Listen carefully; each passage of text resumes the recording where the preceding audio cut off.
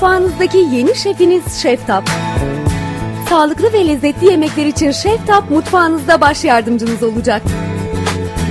Doğadan ilham alan özel gül tasarımına sahip Red Dot ve İF ödüllü tencere ve tavalar Şeftap.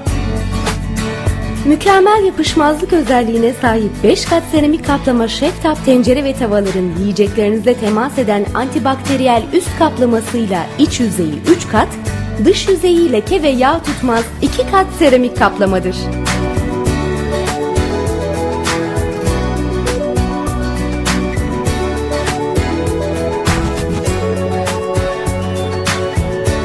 Tava tencerelerinizi temizlemek için ayırdığınız vakti artık sevdiklerinize ayırabilirsiniz. Dış yüzeyi de iç yüzeyi kadar kolay temizlenir. Çizilmelere karşı ekstra dayanıklıdır.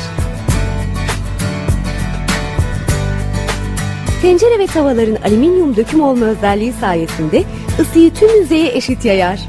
Kısık ateşte kısa sürede ve lezzetli yemekler pişirirken enerji tasarrufu yapmanızı sağlar. Şeftap'la şefleri kıskandıracak yemekler hazırlayabilirsiniz.